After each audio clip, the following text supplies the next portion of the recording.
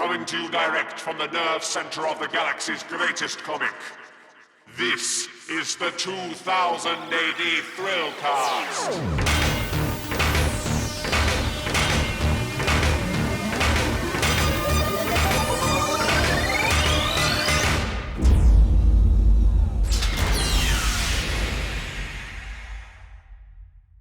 Boraksung, athletes, and welcome to the latest episode of the 2008 Thrillcast Lockdown Tapes. I am your host, Molchar, as always, and I hope you enjoyed last week's revisit of the Steve Yoel interview. It was nice to see people, revisit a bit of a classic.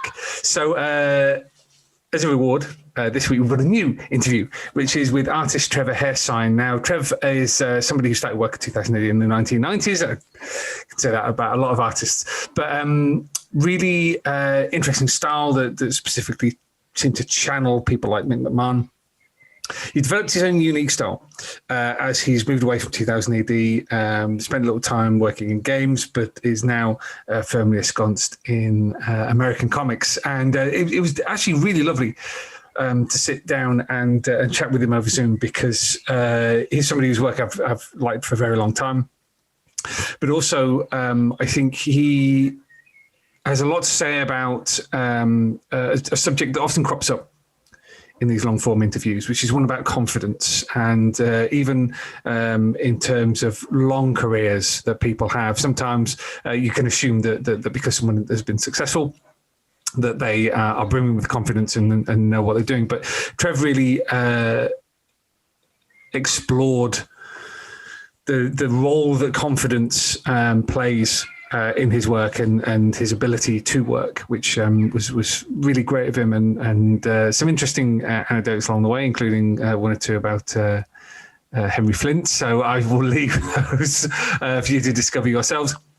We'll be back in a week's time with another classic interview. I think I might do the Henry Flint interview next, actually. That was, surprisingly, that was from a few years ago. It only feels like yesterday, but it was quite a while ago. So I'll take the two parts of that, mash them together, put them out next week, and then we'll be back in 2 weeks' time for another fresh episode from the Lockdown Tapes.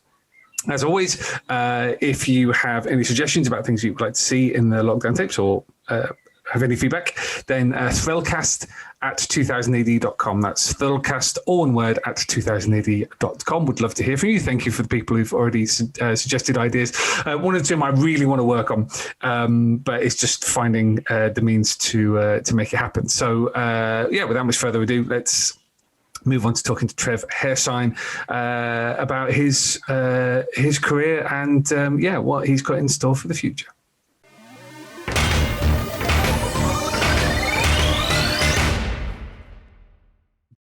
Well, I wanted to get you on here for ages, because you are another one of the creators whose work I love, but you don't seem to be one for interviews. So it's kind of like a badge of pride that I've kind of, You'll figure out why in a minute. Don't you worry. Well, because you came into 2000 AD at a really interesting period, and you were, well, not ubiquitous, but you did quite a lot of work very, very quickly. True. Yeah, 2000 AD, and then went off to other things. So I just kind of want to drill down into that, but also to get an overview of your wider career.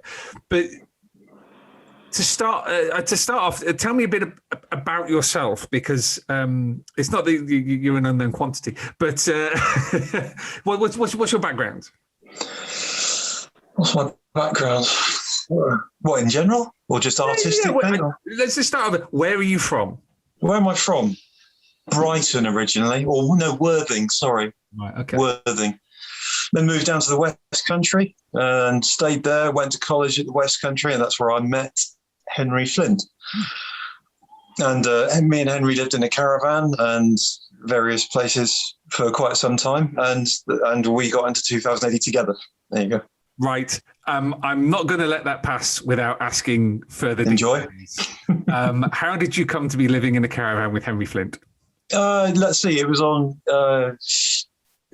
little caravan site in Luggan, because we were both attending the Falmouth School of Art and Design. There you go. Where we spent many a happy hour on the beach.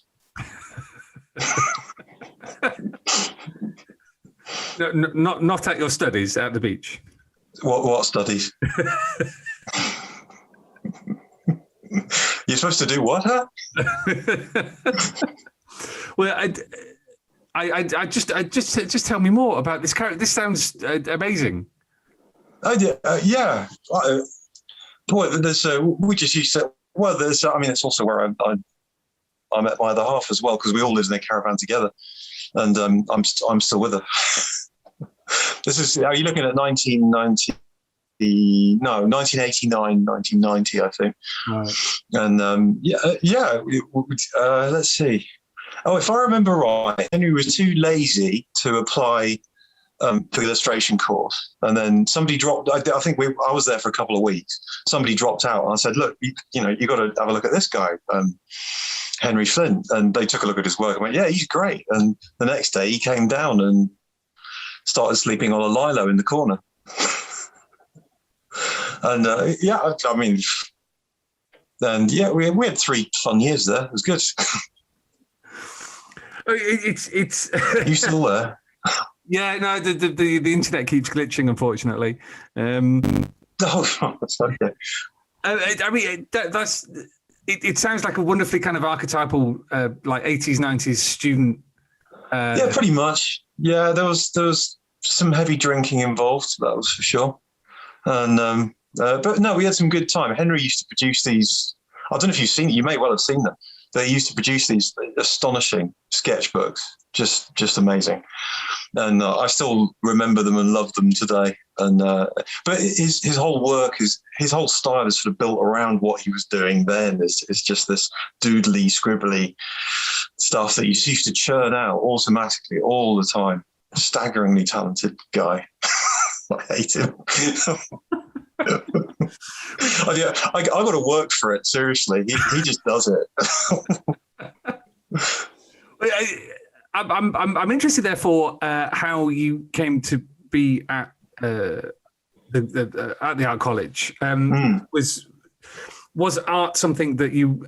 I mean, this is a standard question. Oh, was art something you always wanted to do? You know? Oh no, yeah, I didn't mention that bit, but yeah, I mean, I love comics since I was like little. I've absolutely loved them to bits. I remember seeing 2000 AD for the first time in 1977 in the back of a Cortina, because this old Cortina used to sell comic books out of its boot, sort of on the caravan site my nan lived. And I just remember sort of having, the boot of the Cortina opening up, and there it was. You go, oh, that's amazing. And yeah, I was hooked ever since. It started with Star Wars, of course, then 2000 AD, and all the usual stuff. And I was only ever going to do art. That was that. End of story. I am just immediately enthralled with this kind of, I don't know how to describe it. This I don't know. kind of idyllic existence you seem to have had. Idyllic? Hardly. Well, you're selling comic books out the back of a Cortina, not really. but it's maybe idyllic's not the right word, but just it sounds amazing. Well, thank you, and I certainly enjoyed it. Yes. I mean, I just went to the news. I went to the newsagent to pick up my 2000 AD. It didn't come to me in the back of an old car. Oh, fantastic! No, mine was delivered via a rusty old banger. Yeah. Okay, I should provide that service now. It'd be great, wouldn't it? Well, that's it. I'm wondering why nobody's ever done like a mobile newsagent. Oh, yeah, this is brilliant. Yeah, like a milkman. You just sort of comic book deliveries. I could do that. I'd like that. Oh no, I couldn't do it. No, actually, I'd like it now. If somebody brought me comics, I think that would be awesome. And not Amazon. Yeah. It's not the same.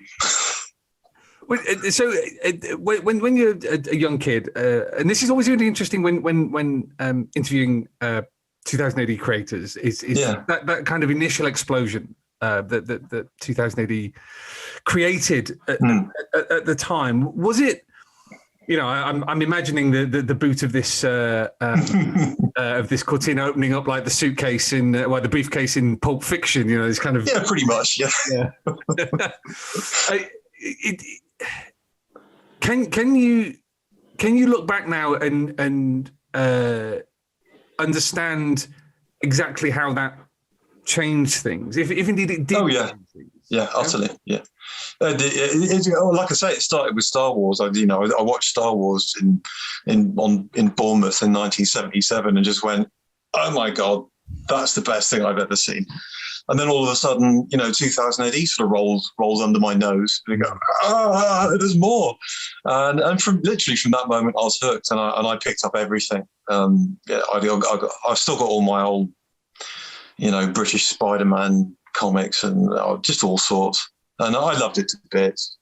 And throughout my whole education, all I did was draw superheroes, draw comic books, draw anything, so spaceships. And at the point, I always remember at the point, when I was at school, even when I was at college, in my early 20s, I didn't think that people drew comic books for money. I just assumed you did it for free and it was fun, and that was that. And then somebody literally had suggested to me, I had to say, look, you can get paid to do that. I go, you can? How? It says you just photocopy some stuff and send it to them. And that's exactly what I did. And then I started working for them. I mean, yeah, it's good that somebody corrected you, because that's the kind of thing that makes editors' ears kind of prick up. Go, oh, you work for free. Oh, you work for free. That's right. Yeah. Unfortunately, then life sort of starts to encroach a bit, doesn't it? Did you come from a particularly artistic family? No, not at all. No, my dad could draw a little bit, but no, that was it. No, not at all. No, that was a one-off. In fact, my dad hated me doing liking comic books. He always used to say I should, draw landscapes or something and be a proper artist. I used to have to sneak out of the house and into town to buy my comic books and then sneak them back again.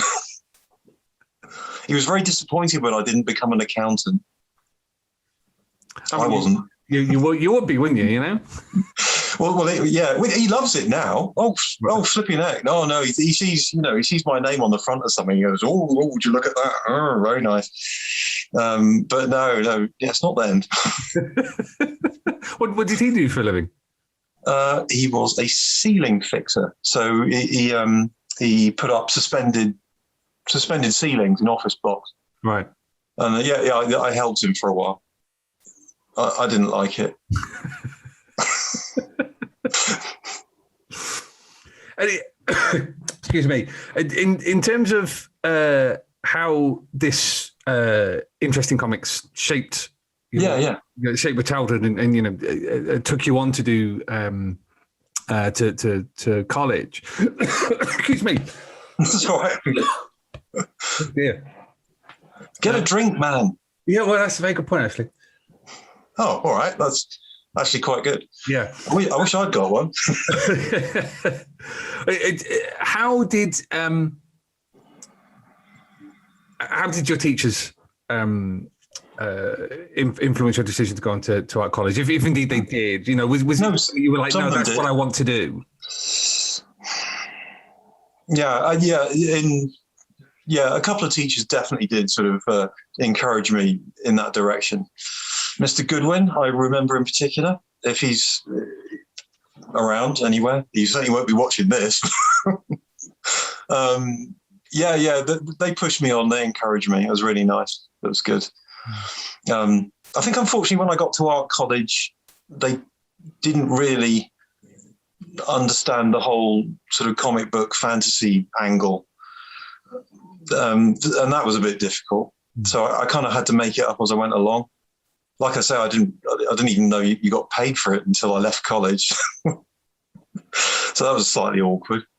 But there was a couple of teachers that really pushed me in the right direction. It was nice. Because this is something that crops up pretty regularly in this class, particularly around artists. the experience at art college. And Right. so often, people went to art college and either got on, did their own thing sometimes, did what they were, encouraged to do, while others just quit because they realized it wasn't what they wanted to do. When you say, you kind of did your own thing, you forged your own path, was that just, whether you like it or not, it's going to be kind of illustration and comic books here? Yeah, it was purely because they didn't have any, they didn't understand that particular side of the industry. I think at the time they were very much sort of wildlife illustration, that kind of stuff, technical illustration, engines and blah, blah, blah. And fantasy illustration, they didn't really brush on it. They encouraged me, but ultimately I had to sort of sort myself out.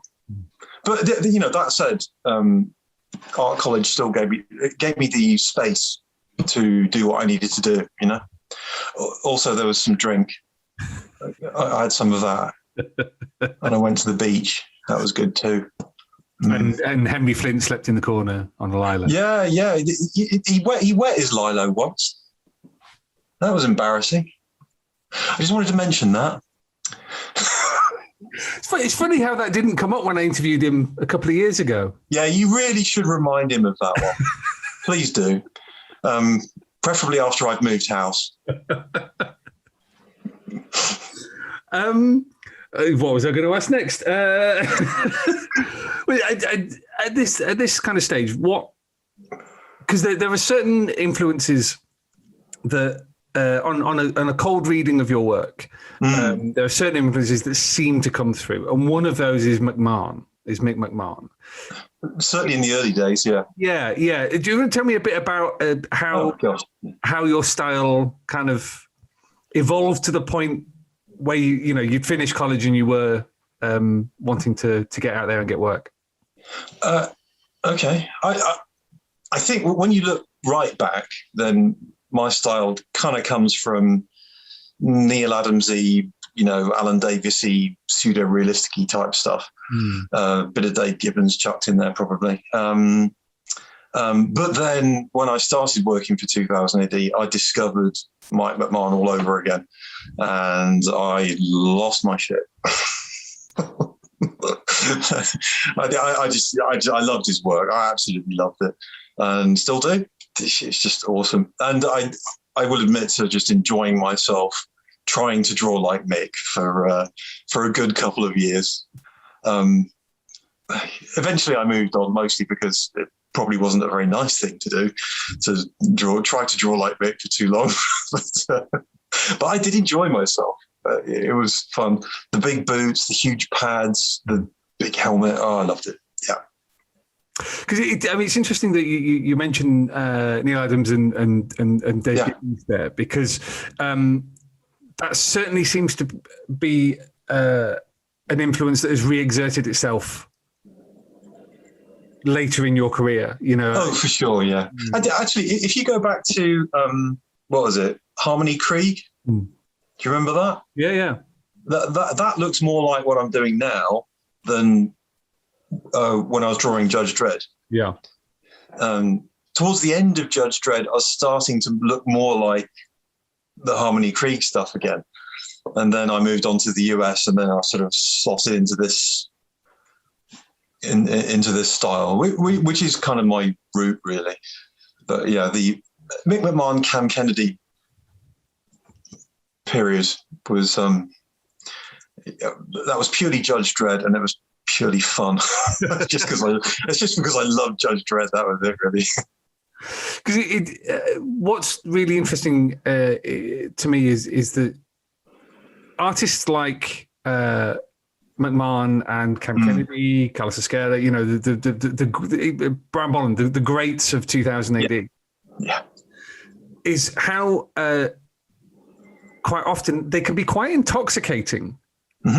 Very. To people's style. So, absolutely. Naming any names, but friends of mine who are artists, they'll pick up one of the old Titan editions or something, and all of a sudden the next month, 2 months, 3 months of artwork they produce. Oh, absolutely, yeah. Basically. You can't help yourself. You just sort of leave it lying around, and you go, oh, you pick it up. This is fantastic, and you're not copying it, obviously, but you've just sucked up all that stuff, and there's so much stuff to suck up that it just comes out on the page, and that's that. Can't help yourself. Or I couldn't help myself anyway. I'm not proud of it, but I did enjoy it. Well, so you get to the end of art college. Yeah. And I presume you were like sending out portfolios to various different publishers. So this would have been what, the early mid-90s? Yeah, it was the 1993. Right. Okay. It's the same age as my car.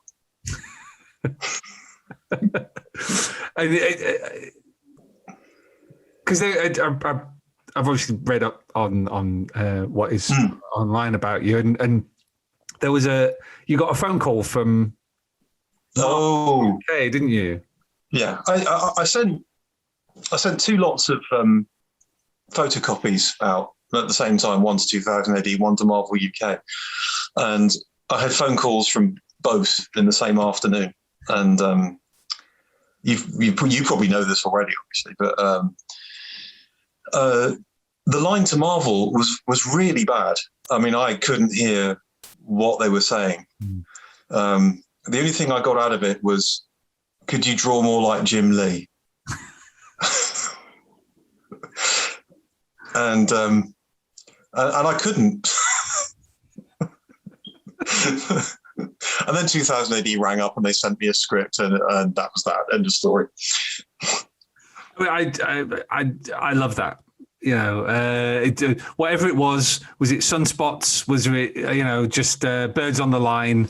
Yeah, something like that. That's right. It's literally one of those kind of, diversionary universe moments. I think I remember being absolutely gutted at the time because I didn't have a phone number for them and I couldn't ring them back. And I just said to Maria, I couldn't hear what they were saying. They just wanted me to draw like Jim Lee. I mean, it's quite a phone call to receive. Just Marvel thought they'd phone. Oh yeah. Oh seriously, yeah. Like Jim Lee, and then put the phone down. Yeah. Yeah, seriously. Well, there was a lot of crackling, several minutes worth in between that, but yes, that was the general gist. So. You get the phone call later in the afternoon from 2000 AD. Yeah, Dave Bishop. Dave Bishop. I love Dave. He's awesome. Go on, tell me about Dave. Tell you about Dave. He got pointy shoes. I think he still has pointy shoes even now. Probably. I think I clocked up the most dinners eaten by a creator paid for by 2000 AD. I think so. Because I used to take a trip up to Egmont like all the time, and Dave would take me, around the restaurants in Judge Street, and but I love Dave. I think he's brilliant, and he was great for me at the time because he kicked me in the arse with his pointy shoes. Well, wasn't there's that story about the fax? Oh yes. Okay. What, you want me to tell that one? Oh right. Okay. Am I allowed to swear? Yeah. Oh, that's fine then. Okay. I probably have been anyway. There ain't no kids listening to this. Yeah, I don't know. I mean, I was terrible. I was late on every single deadline, and I would duck phone calls, and I would hide in the corner whilst picking away at my pages and throwing them away and doing them again. And I was late on one deadline. Dave couldn't get hold of me, and I think he gave up and just sent me a fax. The only problem is with this fax, apparently, so I'm told by my mother, who was hanging curtains at the time. I wasn't there. This fax said, "Where is my fucking artwork?" as it sort of comes out the tray. And my mum, I got home and my mum said, "Well, that's for you." So she, "Not sure about these people you're working for."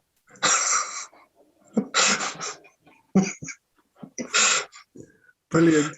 Yeah, that was it really. Wait, that was a magic. That was a magic fax. That was.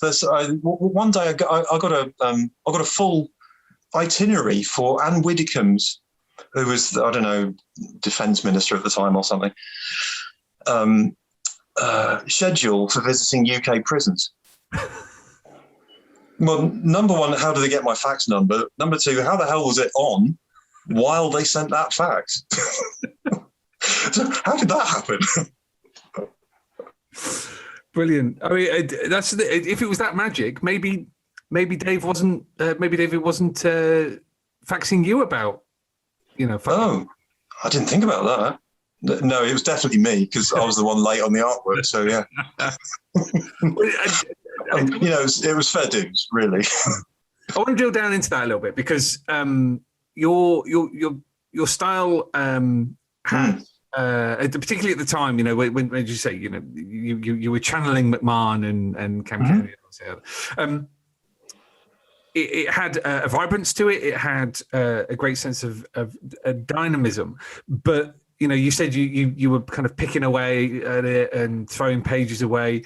Tell us a little bit about your process at the time, because it sounds quite involved. This is like 30 years ago. My process, Jesus, because it changed completely when I moved over to Marvel. I think I literally used to get like a big sheet of paper and do everything on that single sheet of paper, which for anybody who's done that, it's quite difficult. You get very precious very quickly trying to fill in all this stuff on a single piece of paper, and particularly a large piece of paper. Now, these days, I do it completely differently. I draw it very small, very quickly, and then I assemble it in the computer, print it out blue line, and fine it all up. But back then, I used to get pretty obsessive over stuff, and I'd struggle somewhat. I was encouraged by the fact that I think a friend of mine gave me one of Mick McMahon's pages from Last American, and it was completely covered in stick-on panels that he'd obviously didn't like the one he'd done and just stuck a new one over the top. You go, oh, okay. Oh, so it's fine then. I'm allowed to do that.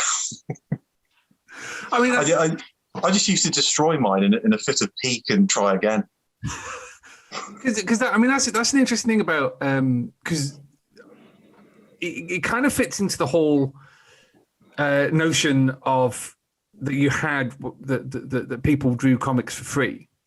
Yeah. And unless somebody is telling you this stuff, you don't know. No, well, no, I certainly didn't, and I was 20 years old and a bit dumb. So yeah. And Henry was worse. He had no clue.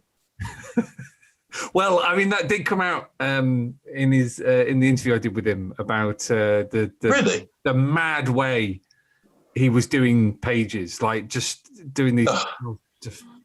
I mean, it made me feel funny. Sat there talking to him, and I got like a couple of bits of feedback afterwards. People going, "No, the man's insane. Why is he?" Oh, he is insane. Oh, seriously? Yeah, he's absolutely crackers. Yeah. It was.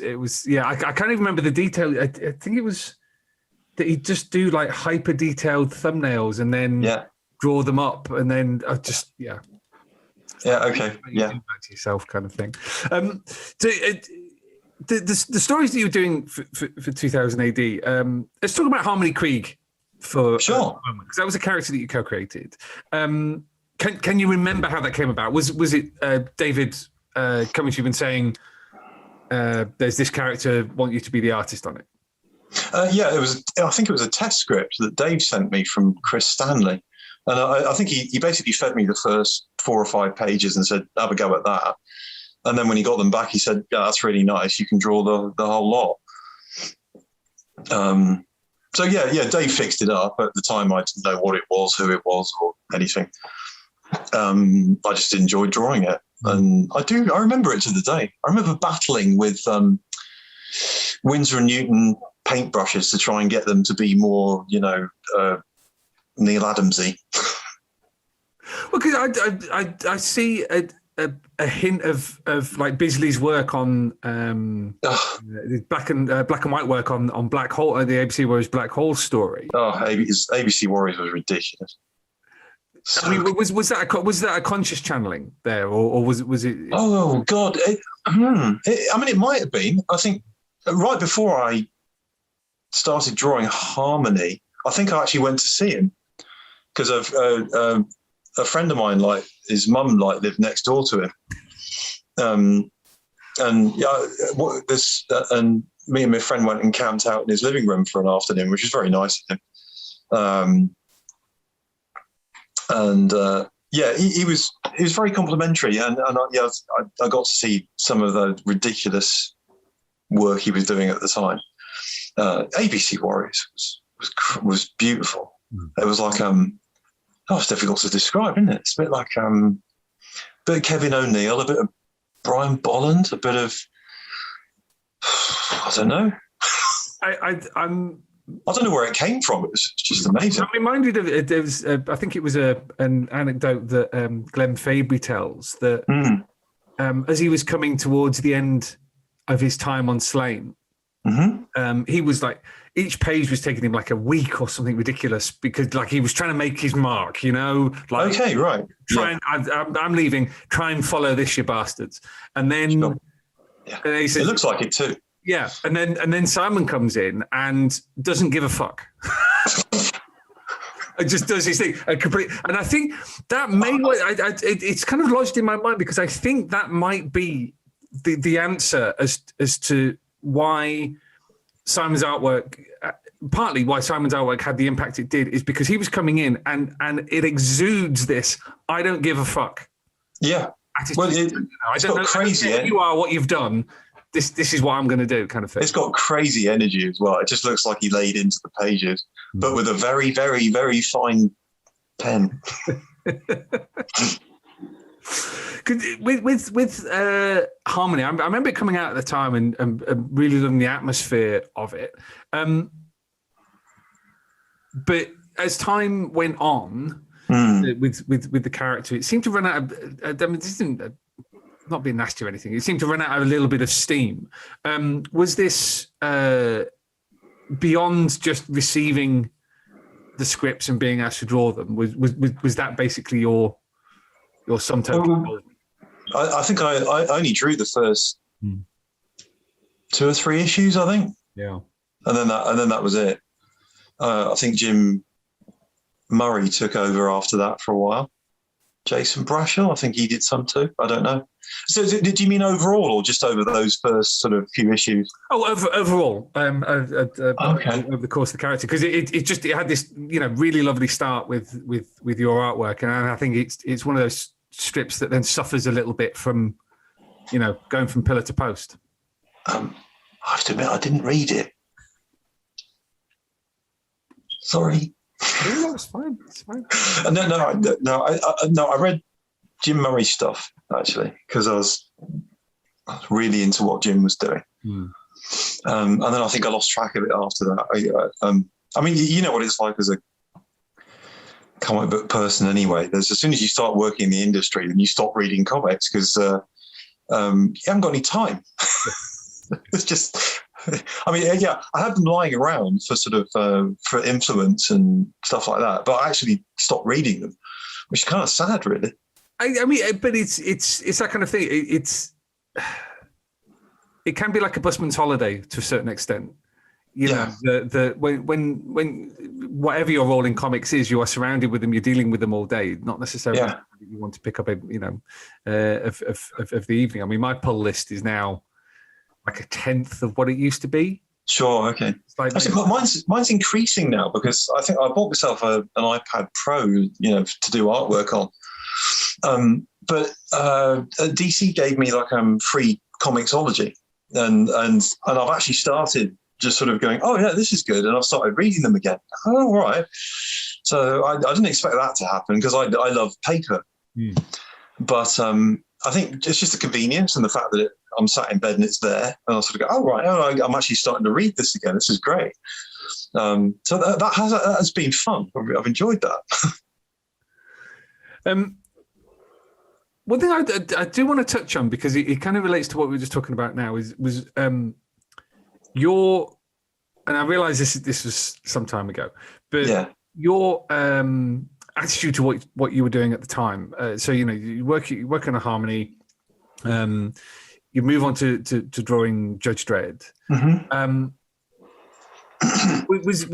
Is it a blur? Was it just, well, hey, fantastic, just get on with what I'm doing? At the time, it was almost crippling because it was Judge Dredd, and I've been wanting to draw Judge Dredd since 1977, obviously.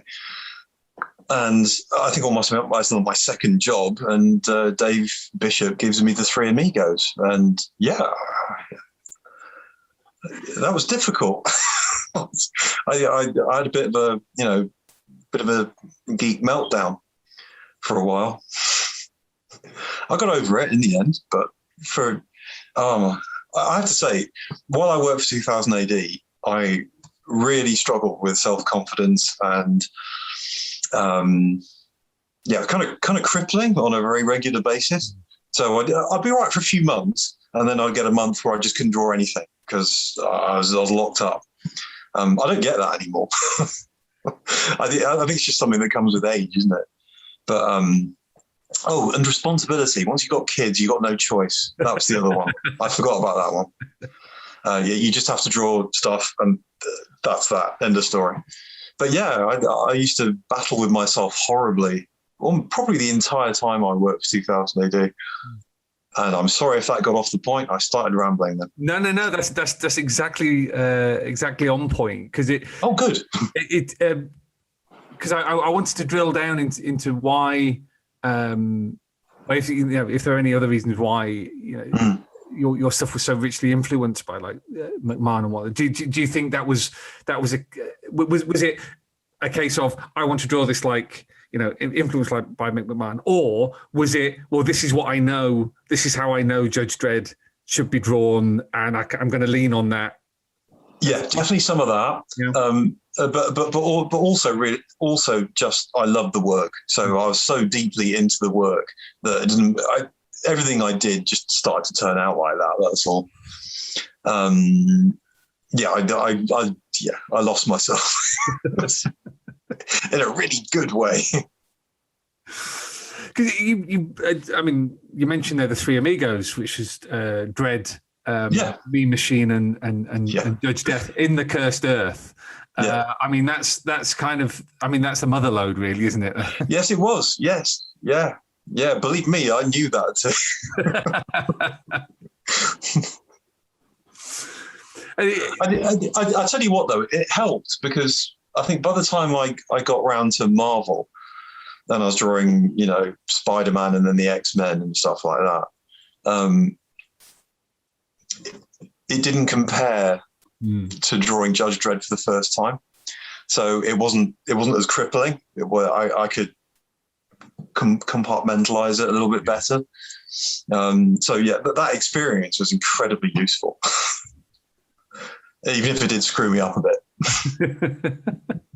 Well, I think it's probably a fairly common experience, because if something is such a formative influence in your life, and now you're doing it, all of a sudden you've got to step into some very big shoes, and different people deal with it in different ways. You've only got to look at how, for example, Garth Ennis feels about the stuff he was writing in the Dredd he was writing in the 90s. Is that right?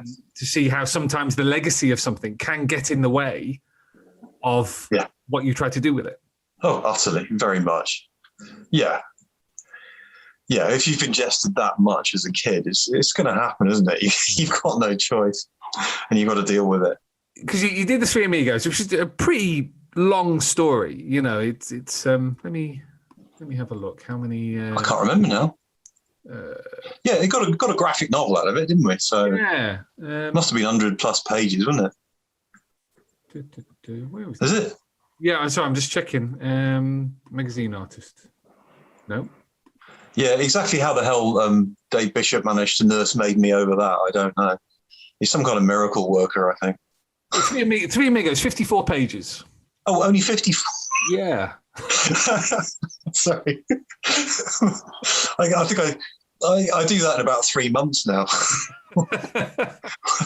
I mean, you're not wrong though. There was a graphic novel. Yeah. 96. 54 pages. I think it probably took me about a year. But you also did Wilderlands, which was the kind of yeah. I started. Excuse me again. One of the crossover things. My style had started to evolve a little bit then. I think I was starting to head back more to my base, as it were. Together, I mean, that's knocking on for 100 pages from 94. Oh God, you're not doing a count, are you? Yeah, you did like 100 pages in published in a year. That for a first job. Oh, was that in a year? Oh, that wasn't so bad then. Oh, okay. Well, published in a year. However long it took you, I don't know. No, I can't remember. I blanked it. So. Yeah, because so Harmony was 94. Wilderlands started in 94. Okay. And the Three Amigos was 95. Okay. Well, I started Harmony. I remember this in July 93. So there you go. Because that is quite a chunk of work very quickly for somebody who's straight off the bat. Yeah. Yeah. Okay.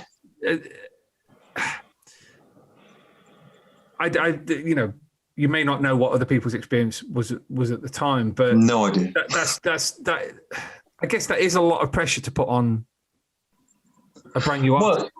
Well, I mean, I had Henry to compare myself to, who is like the human printer. It's just like watching something go backwards and forwards until it's done. And I'm sat there going, "You bastard. You talented git." But as time went on, did these blocks improve? Did you gain in confidence? Yeah. You did painted stuff. You did like No More Jimmy Deans. I still reference that now. Oh, really? In fact, Molly came out with a line inadvertently the other day. What was it? Hold on. I said, "What's important, Molly?" She said, "Hair."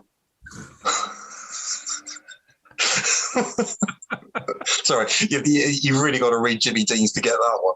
Well, yeah, absolutely. But you also did like the Return of the Taxidermist. And I enjoyed that. That was good. Yeah. Maria modelled for the chair. What the chairman Dilbert? Yeah, for Dilbert. Yeah. Yeah. Oh, really? Yeah, she was actually Dilbert, which might have been a nickname for a while. She was also Mean Machine's butt. She modelled as Mean Machine's butt was very good, very handy. What else was she? I can't remember. All sorts. Oh yeah, there's a little sheep girl like in Wilderlands. No, not Wilderlands. The other one. Three Amigos. No, that was Wilderlands. Sorry. It was the Three Amigos. That's it. And yeah, Maria was the little sheep girl playing with the little car in that Three Amigos. One of the things I did want to touch on is your grasp of anatomy.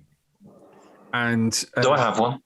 Well, yes, you do, and it's particularly interesting at that phase in the 90s because David Bishop was trying out a lot of new artists, a lot of different styles. You go from someone like Kevin Cullen, Steve Sampson, yourself, Jim Murray, Jason Brashaw, lots of competing styles.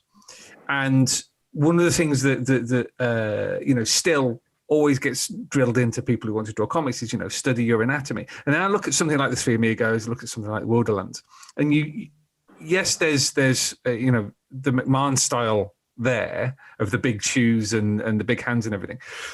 But your figure work is very, very solid for a brand new artist. I mean, was this that came out of art college, or is it something that you just developed yourself? No. I got into bodybuilding. Okay. When I was 22, something like that. Yeah. And I just found it incredibly handy for reference. So it's useful because all you need is a mirror. And bam, you're done. and you know, in the days when there was no internet, obviously, and the only cameras you had were Polaroids, it was very handy, really handy. So there you go. Brilliant. I maybe we should be putting that into the guidelines for artists who want to. Well, yeah, it keeps you nice and healthy. That's quite good. I'm pretty sure Bisley did the same because he was a big guy. He was a big guy then. Wait, both him and Liam Sharp. Yeah, Liam's huge. That's true, actually. Where's he living now, anyway? He's in California. Bastard. He used to live in Derby. I think he went back a while ago. I think they did like a plaque or a star in the floor. Did they? Who did? I'm like the city of Derby. So I can't remember what it was. There was like something, you know. Really? Look at what this guy's gone and done. And I don't know whether I've got to go and find that now. I don't know if it was just a award for leaving Derby or not. God damn it! I want to star somewhere. I don't know where. In a caravan park It will be in a caravan park in the Luggan. Yeah, it's true. Yeah, I'm good with that. I'm fine. Because one thing that's really striking about your time at 2080 is you know, you did stuff like the Three Amigos, you did Wildlands, you did Harmony, you did a little bit of Mercy Heights. Oh yeah, yeah. Bits and bobs. It never felt as if you really had something that you could get your teeth into. That you know that was yours. Were you conscious of that at the time? No, it's my fault. I was too slow. Right. And if you're too slow, you just can't. If you can't hit a deadline, then you can't be scheduled, really, I suppose. And yeah, I think Dave was probably a bit sick of me by then. I should imagine. No, he kept giving me work all the time, all the time. But yeah, I was too slow. It wasn't until I got to Marvel and I had to sort it out that I did sort it out. Because you quit halfway through. Mission Yeah. Yeah, I went to work at a computer games company. Right. Okay. I think at the time I just needed the cash, just because I was so slow as I was working. It wasn't good. Because I've talked to quite a few people, particularly people who started work at 2000 AD in the late 80s, 90s, who have gone on to work in other industries, specifically games. And I want to get your perspective on whether the skills that you had as a comic book artist were immediately useful, or whether it was a bit of a culture shock that you had to get used to. They were useful for sure, yes. It was a culture shock in that I had to learn how to use a computer pretty much from scratch. And yeah, that took a while. Yeah, it was fun. And it was easy compared to drawing comics. But I did find that after a while that I actually craved drawing comics basically again, which actually included the energy of having to get up and produce something, you know. And but that year away gave me it kind of set me up and gave me the ability to really start to lay into things again. And I've been all right ever since, pretty much, mostly. Well, I mean that's fascinating because. Yeah, the idea of like just take a break, go and do something else, and rather than because once you're on the treadmill of comics, and I've seen this with quite a few people I've known. Yeah, once you're on that treadmill, either you're going to burn out, or you're going to realize you've got to take a break and recharge your batteries, kind of thing. I mean, when you walked away from comics to go to games, did you think, no, I'll be back, or was no, it... no? I pretty much down tools and thought, we were sort of living in the middle of a field in Devon at the time, and we were struggling, and I knew something had to change. We had to shift up a gear, and so basically I thought, screw it, and I quit 2000 AD, got a job 250 miles away in Sheffield, and pretty much just moved straight up there and changed everything sort of overnight. And in doing so, shifted my perspective. And that's all I read. At the end of the day, that's all I needed to do was shift my perspective, because it just got stuck in a rut. And after that, I was okay. I'm still in Sheffield, by the way. Yeah, hold on, I'll show you. That is, especially with those glaring clouds, that is definitely Sheffield. Oh, is it glaring clouds? Sorry about that. So coming back to that period when you're working in the games industry. Yeah. It shifted your perspective, helped recharge your batteries. You decided, actually, I presume this isn't what I want to do. I want to go back to comics. Yeah. Did you then have a game plan? Was it, I should go back to 2000 AD, or? No, it wasn't like that. Right. I was settled doing the computer games work. I don't think I was very good at it, but I was settled quite nicely. And then, let's see, Neil Googe got in contact with me from ComX and asked me to take a look at Rob Williams' first script. And I read it and went, I want to draw that. I just want to draw it. And I think I pretty much handed my notice in immediately and started drawing it. I just had to draw it. I think I'd been looking at Brian Hitch on The Authority, and thought, this is wonderful. Like, really enjoying this now, very much enjoying this. And then this and then Rob's script came through, and I thought, damn, I've got to have a go. I have to have a go. And that's it really. And now we're here. I'm not going to let you get away with that. As if by magic. Well, because let's talk about comics for a moment, and then we'll talk more specifically about Class War. Because I remember when they debuted, early 2000s, big fanfare from an outside perspective, lots of money, big ambition.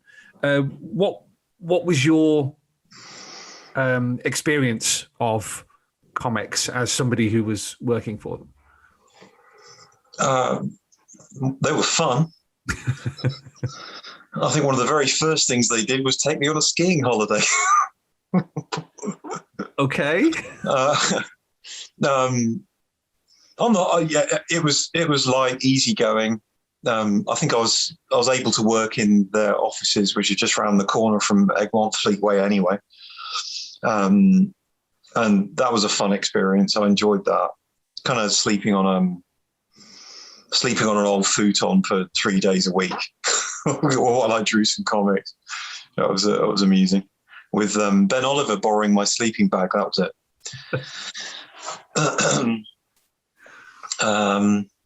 What else? No, that was it. It was kind of a happy time, really. It was nice. It was adventurous. It was interesting and strange, and it always struck me as a kind of, and what you've just said kind of just reinforces as like, a startup. You've got a ping pong table in the corner and there's beanbags over there. That kind of stereotypical thing. Yeah, it was a futon, and what was the very trendy sort of mat like carpeting. All right. And it was a loft. The loft was cool. No, yeah, like you say, sort of trendy, fascinating startup. But I mean, it was funded by a graphic design agency. So they were well set up. They were very well set up. Class War is. I hesitate to use this word. It was very zeitgeisty at the time because you had it was 9/11. That's right. There was a lot of socio-political superhero stuff that had started up. You've obviously, as you say, the authority, the ultimates, that kind of thing. Yeah, we drew. The first 3 issues of Class War were finished sort of before 9/11, and then I think they were just about to release it, and 9/11 happened. And I think they actually delayed it until the next year, if I remember right. Sorry, what was the question? No, it's interesting stuff. Just the timing of it and the fact that other people were, Mark Miller, Warren Ellis were kind of pulling on the same thread. This kind of very much, yeah. It was a thing, wasn't it? I tend to. I'm probably completely wrong, but I tend to feel that it was kicked off by Warren Ellis and Brian Hitch doing The Authority, or like the end of Stormwatch and then The Authority. It just had a different flavour to it. Or for me, that's where I first picked up on it. I didn't pick up on Mark Miller's stuff until I read The Ultimates, a couple of years later. Of course, he did The Authority sort of after Warren Ellis as well, didn't he? I forgot about that. But I personally loved that whole feel. Yeah. It had a visceral quality, which I just tied into. When I draw, I like it. I like to try to make it, or at least I like for it to make sense in my head. So when someone punches something, it hurts, and when when they lift up a car, it's got to look like they can lift up a car. They're not skinny and wearing underpants or a bikini. I think as an example, I suppose I've just finished drawing like a Black Canary issue, and so during the fight scene, she takes a lot of damage, and that feels right to me. I mean, she's dishing it out. Oh, believe me. She dishes it out big time, but she takes some damage as well, and it feels right. Because the Class War stuff, it was your style had changed from the 2000 AD stuff you were doing, but as you said earlier, much more in the vein of your original influence. Yeah, you kind of Neil Adams. And I at the time I saw a bit of comparison between yourself and Jim Murray, just in how you how you construct things, because there was you, Jim Murray, and Trevor. You're Trevor Hairsine. Jason Brashill. Jason Brashill. Yeah. All roughly started around about the same. Yeah, true. Yeah. And while you've all got your own unique styles, there's just elements there that feel quite sure. But Class War definitely seems to have been the point where the kind of I'm getting my names completely mixed up. I was about to say Jason Brashill. The Trevor Hairsine that we know now just kind of arrived. Yeah, it's true. Yeah. Was that liberating? Yeah, it was really.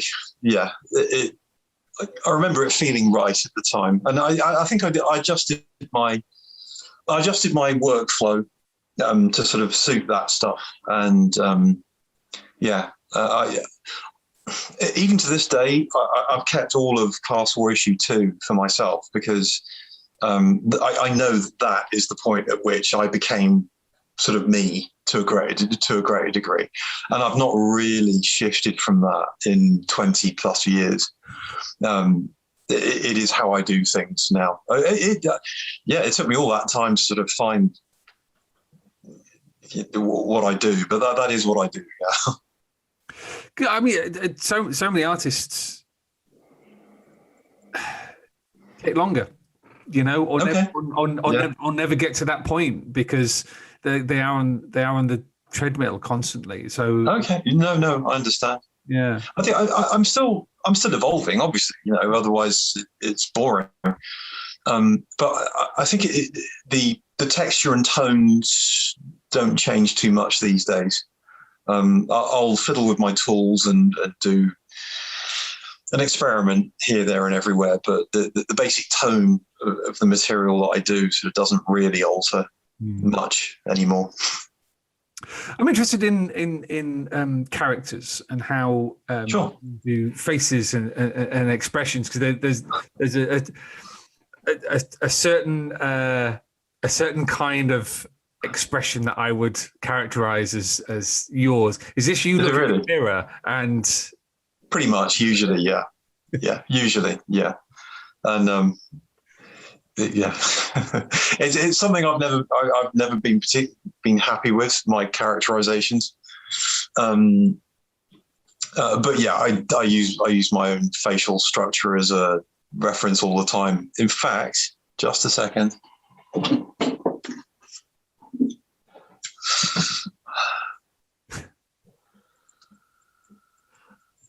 Okay.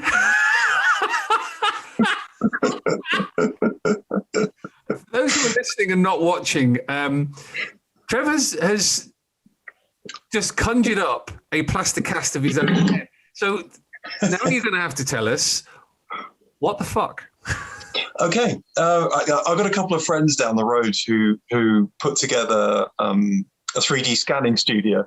Right. And a few years ago now, they needed somebody who looked like a soldier. And because I'm sort of meaty, they stuck a gun in my hand and told me to do some stuff. It's available now. I think you can go and buy it as a pack somewhere. It's artist reference stuff. But as a thank you, they sent me this from their 3D printer, and actually I've used it constantly because I don't have to look in a mirror anymore. I can light it however I want, and it doesn't have any hair. It's really useful. Oh, brilliant! Oh man. God, I was not expecting that. So I thought you were going to pull out like a mirror or something. And yeah, it's better than a mirror. Anyway, you did class one. Correct me if I'm wrong. You never got to the end of class war as intended. Is that correct? Yeah. Do you want to tell us a little bit about what? Well, I mean, the long and tall of it is that I was offered a job by Joe Quesada at Marvel, and when Joe Quesada offers you a job at Marvel, well, that's that really.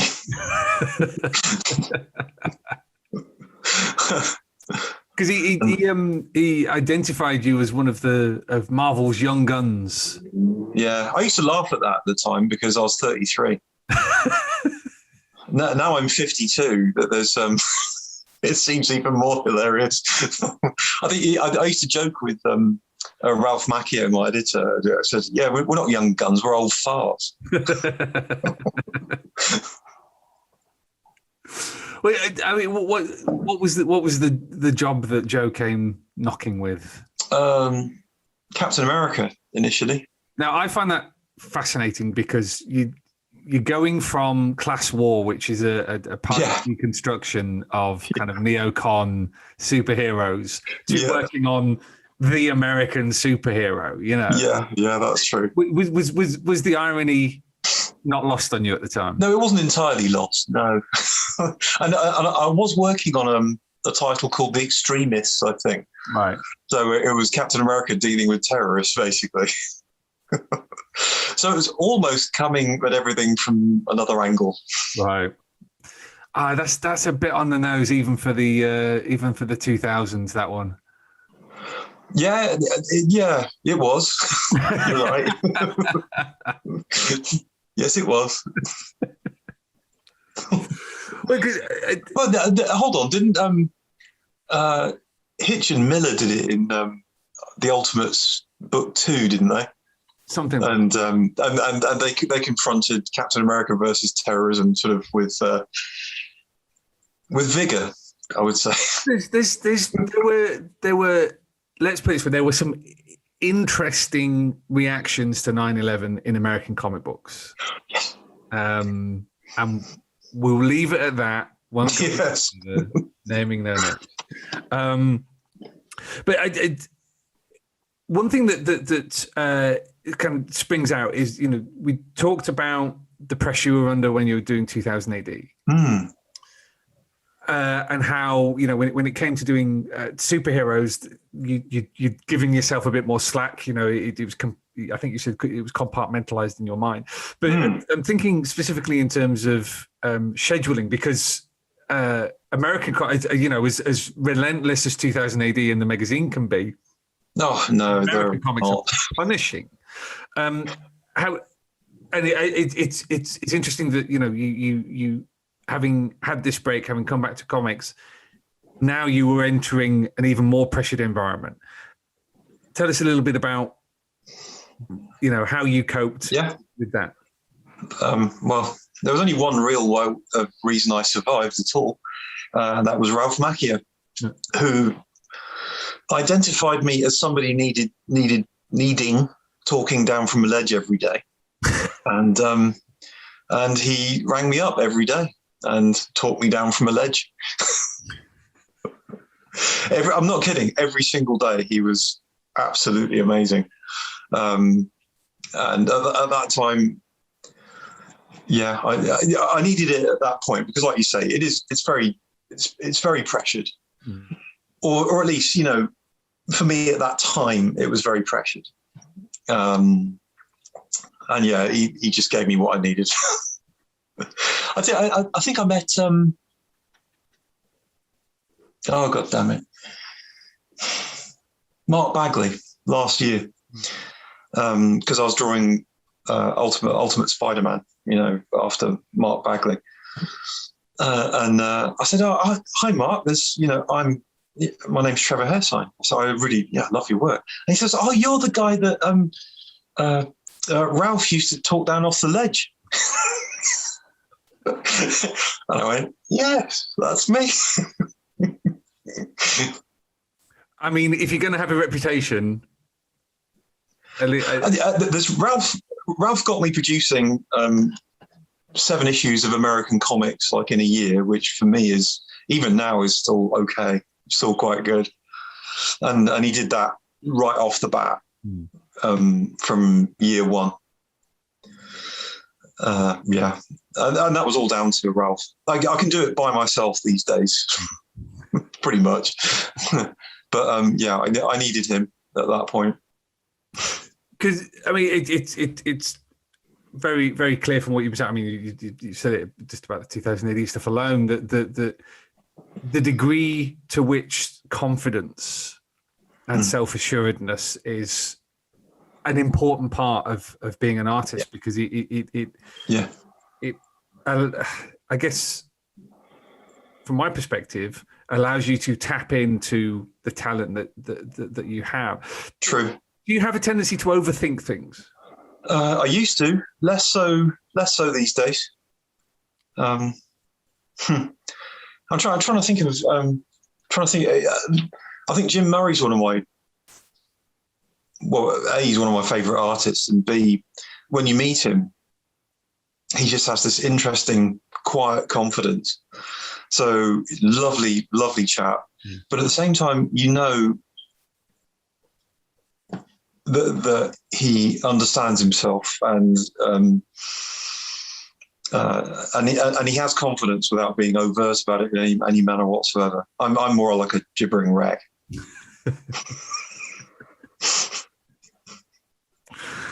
I mean, you've just described most of the artists I've ever met in one form. You're gibbering Rex. Sorry. Yeah. Jim's one of the exceptions. And Henry's not. Henry's confident for another reason. That's because he's nuts. He's so disconnected from all reality that it doesn't matter anymore.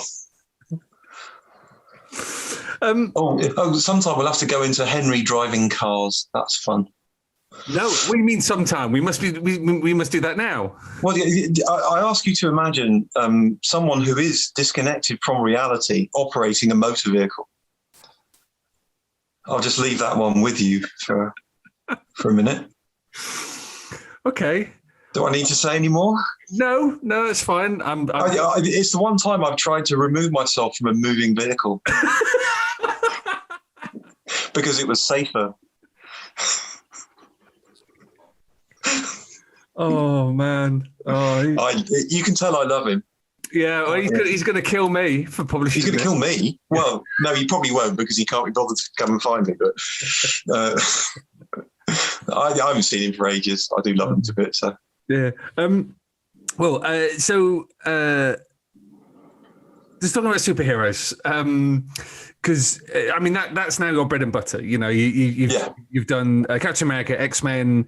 Mm-hmm. It did a series called Wisdom for quite a while. Yeah. I mean, is this not a comfortable groove, but is this a comfortable space now for you? It's something. It's an area that you know that you can operate within. Yes, it is. Yeah. I tend to enjoy the characters and the situations and the editors and the writers and like you say, it's a fun space that I still enjoy even now. Oh, and the fans are awesome. They're good fun. I am comfortable with it, but I think certainly in the next few years I want to have a go at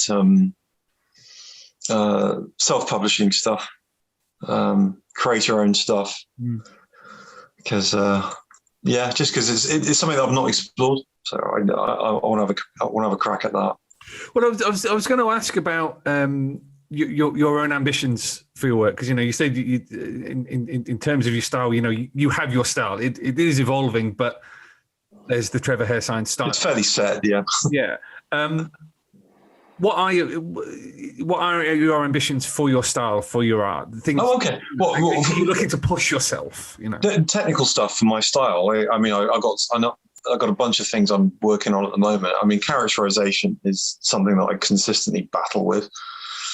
Lighting. I have certain things I want to do with the lighting that I use. That's just technical stuff, really. A lot of it involves going back to life drawing classes when everything's sort of open again. And I'm going to take my daughter this time as well because she's really good at this stuff. I mean, in terms of direction, I would like to try something other than superheroes for a while. Maybe I don't know, 70s thriller type stuff. That'd be quite fun. I bet you know why, don't you? It's because I want to draw a full Cortina. Everything comes full circle. Just have little bits of light coming out the boot. Yes, that's right. Yeah. Some thrill power escaping. Yeah. So those are the bits that I'm working on at the moment. Is characterization and lighting right now. Because I mean, it's interesting you mentioned lighting because your style has always struck me as quite a clear and open style. Okay. Whereas thank you. An artist like Cam Kennedy, and even Dave Gibbons, spot blacks. Sure. Find where your shadows are, but even when you've been doing kind of moody stuff. It always feels almost in the kind of vein of like Frank Quitely, that kind of. I know what you mean. Yeah, the line is the thing, not necessarily the shadow. Yeah. Do you know why that is? It's because I'm afraid of the blacks. They absolutely bloody terrify me sometimes. I got a system now. Hold on, just where's that gone? Oh.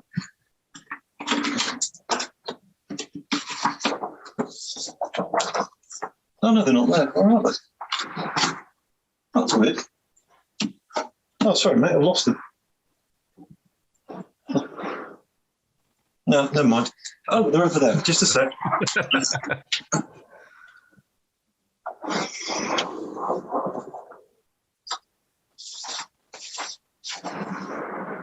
So here you go. It's like this. Okay, no, it's very lighty, isn't it? All right. Okay, yeah. Oh, there you go. That's it. So you'll notice that I'm trying to avoid putting down solid blacks, and basically I'm cross-hatching absolutely bloody everything, and then slowly building up the blacks. That's because I'm a big chicken. Well, I mean, it is a skill. You know, it's some of the Dave Gibbons has said. You know that one of the various writers have been influenced by him as well. You know that it takes confidence to go, well, this bit is going to be filled in with black. It's not as obvious as people often think it is. Oh God, no, not at all. I have to force myself to work like that, and it is absolutely fascinating and fun. I really enjoy it. I used to do it a lot more. I think particularly when I was inking Class War, I used to have a dirty great brush, great big thing like that with a nice tip on it. But I would I'd just lay into the artwork like with that big black brush and cover what I wanted in black, and then work out from there. I do that less these days. I'm more than happy to put sort of black in the background and stuff like that, but within the figure itself, unless it's sort of directly cast shadow, I'm a chicken. Well, it's that's fascinating that your style is so clear, is recognizable, but it's based on the quality of your lines as opposed to Well, thank you if that's the case. The relationship between light and dark in your figures. I can look at something and say, well, that's a Trevor Hairsine figure. Yeah. But it's not because you've done a McMahon and not a McMahon, a Mignola. Or anything like that. I suppose because of my cowardice when it comes to shadow, then I'm forced to show all the construction work that goes in behind it. Yeah. If only I had some more balls, it would be nice. I want to talk about your return to Dredd. A few years ago, because you did. Rob had been on at you for quite some time, hadn't he? What made you decide to actually take the plunge? Have you not listened to Rob? I bloody listen to him all the time. Well, when he moans a lot, then you just have to do some stuff because he's quite moany. And you just he wears you down, really, and he makes you do things. But, yeah. No. It was good fun. It was genuinely good, but particularly the first one that I inked myself. I think because it was only 6 pages. Right. The skulls. Yeah, that was it. Yeah, because it was so short. I think I had a little gap in between issues, and I could really concentrate on it. And I cracked on with it. I think I tried a whole bunch of new. That's right. I walked into Ryman's and picked up tons of pens, just all sorts. And I experimented with them on that issue and thoroughly enjoyed myself. And in fact, I still. I've lost them again. I don't know. I still use 2 of them even now. So I've just used that on those 2. This is an advert for. Actually, I can't read it because I have my glasses on. No, forget it. Anyway, they're just rollerballs. That's all they are. Yeah. But fantastic for doing cross-hatching stuff. Seriously, this one in particular is like it moves so quickly. It's ridiculous, and you can absolutely blast through cross-hatching. Do you normally ink your superhero work? Not usually. Covers I do. And I've just finished inking a whole issue now because my pencils have got a little bit out of kilter because I hadn't inked myself for such a long time. You forget how to present something for an inker to follow because you're just drawing. And so I asked Ben to just give me an issue to ink for myself. And yeah, it was awful and great because the first pages were miserable. They were just, I'd forgotten which end of the bloody pen to hold. But as we went through, I just rediscovered everything again. And now I've just tried some penciling like this last week and everything's functioning properly. So I've asked him to keep me fed with some covers so that, just once a month, as long as I get to ink something, then I'll remember how to pencil for everybody else. Hopefully, anyway. I mean, that's great. It's kind of the thing you don't necessarily think about. If you're not, I'd always kind of assumed that just penciling was, just cutting out part of the process. But of course, that transition from pencil to inks can be such a vital. Part of the whole process. It's huge. Yeah. I mean, I'm bad at it. I'm not good at this. I find it easier to pick up a pen, and because it's black and white, I will make a certain line. Yeah. But it's because it's black and white. If I pick up a pencil, it's grey, and I can make many lines and different textures with it, and I will do that automatically. Trying to get a pencil to act like a pen, I find it difficult. Now, I've seen some of Alan Davis's work, some of his pencils, and they are so clean. It's ridiculous. I mean, he emulates inking perfectly, like with a pencil, and I wish I could do that.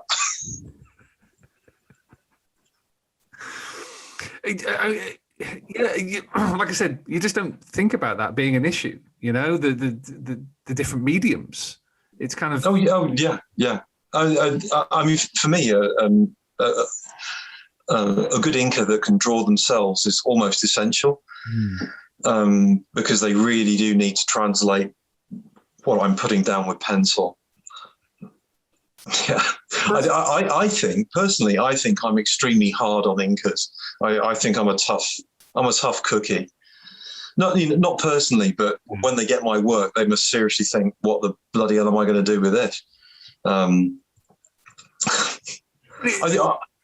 always think conversation, though, isn't it? You through your work, through the page, you are in conversation with. Very much, yeah. Absolutely, yeah. I've always thought that somebody like Bill Sienkiewicz would like work over my work quite nicely because he's more than happy just to sort of crack on, He'll be Mr. Sienkiewicz over me. Yeah, that'd be great. Yeah, one day. Correct me if I'm wrong. I may have got misremembered this. Haven't you been inked? Hasn't Brian Hitch inked some of your stuff before? No. Paul Neary inked Wisdom. That was nice. Oh yeah. Yeah, Paul knows his stuff. Flipping that, of course he does.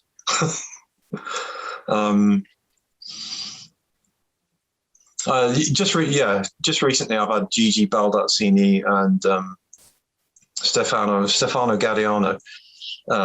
Stefano's, he really picks up on my stuff very nicely. I can pretty much do page layouts, and he will be able to produce like full inks, which is remarkable. I mean, it sounds dangerous as well from what we were just talking about in terms of, your pencils not necessarily being as tight as you would want them to be, kind of thing. Yeah, it's not even a tight thing. Everybody tells me that my pencils look tight, but to me they look unrefined. So there's a lack of decision on the line. That's what inking myself gives me, is it forces me to make a bloody decision. And we're back to that confidence thing again as well, isn't it? Yeah, it is, absolutely, sure, all the time. Yeah. We are who we are. You should honestly, you should watch Henry sort of just produce, pick up a pen and ink something. Yeah, it's not like me, that's for sure. Well, kind of looking back on your career, is there anything that really stands out as the? This may sound odd. The happiest moment. I mean, Yeah. you mentioned like issue 2 of Class War. The moment when everything clicked and you were in a good. Yeah, that clicked. No. Do you mean from a stylistic point of view or from a personal point of view? Let's go with both. Let's go personal first. So, personal would. There's been a few, but I'm still I'm gonna have to cite Ralph Macchio on Sinister Six. Just when he was phoning me every day, I actually felt part of a little team that was doing this stuff, and I grew. I just enjoyed it. I enjoyed it. From a stylistic point of view, yeah, I have to say Class War issue 2, just because it really started to sort me out, and I really it was the strongest moment I think probably in my whole career, where I had that sense of, okay, this is the direction I'm going in now. This is it. Yeah, that was those two. Both of which were 20 plus years ago. As someone who entered the industry when they were relatively young, and aside from the odd break, has been in ever since.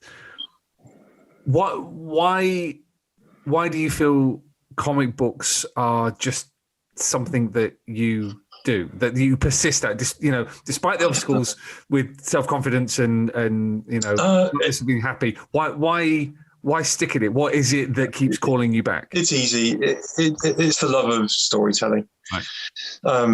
Reading a script, having it play in my mind like a film, and being able to translate that onto the page, I find utterly satisfying. I still do now. I did 30 years ago, and hopefully I will forever. I love it, seriously. I think I wonder if there's another job that could be compared to it, really, because you're kind of like a filmmaker, but without all the stuff, without all the problems and the not the problems, the complexity. Yeah. So you're in charge of acting, directing, lighting, photography, all by yourself, sat in a room.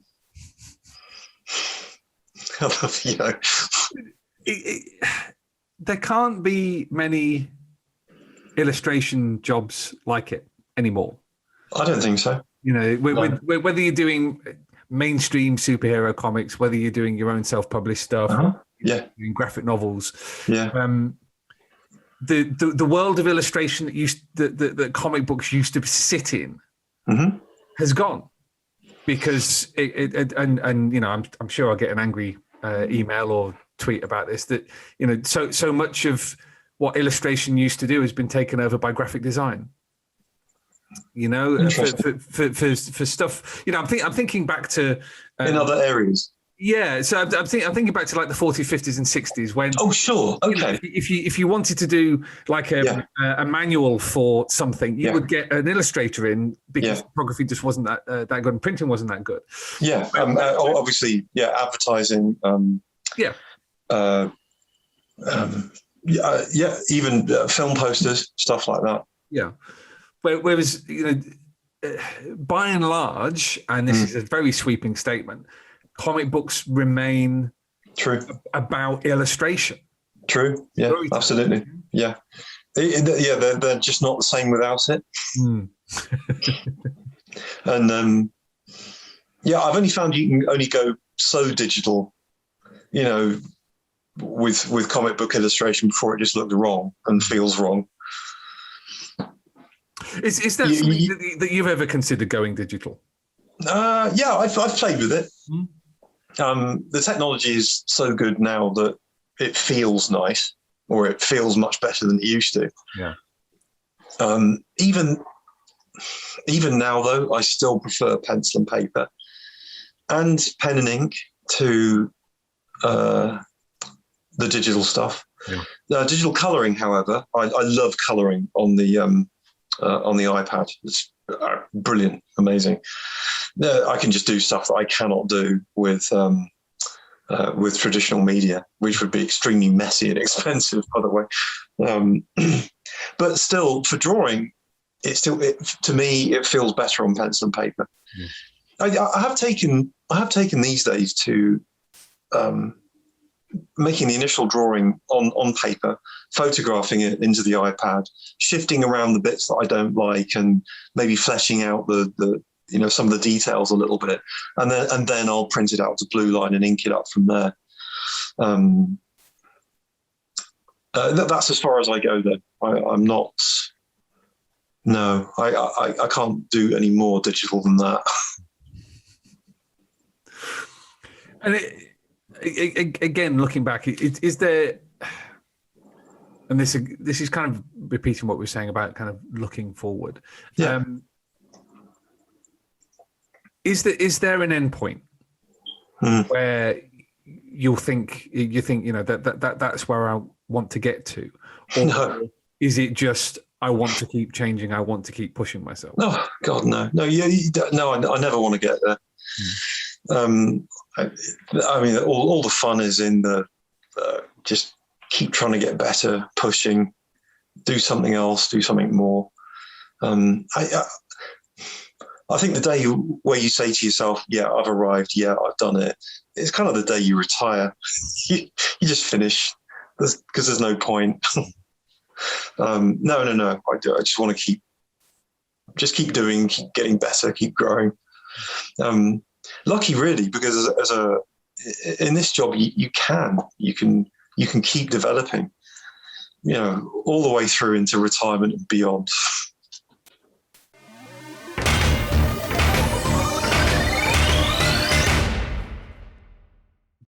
Well, that was just lovely. Thank you so much to Trev for taking the time and being so generous with his time as well to chat about his life and his career. So as I said, we'll be back in a week's time with another classic interview, and then in 2 weeks for another fresh interview. In the meantime, make sure you check out the Black Beth one-shot special. Black Beth and the Devils of Al-Kadesh, which is by Alec Worley and Danny. That's the new special that's out from Treasury British Comics. Beautiful work by Danny on this. If you've ever enjoyed Sergio Toppi's work from the 1970s, then this is definitely one to pick up. And Alec has written a fantastic story as well. So, we'll be having them, fingers crossed, on a future episode to talk about that. Until then, Earthlets, enjoy what's left of the nice weather, and we'll see you next time. Splendid Verthrig.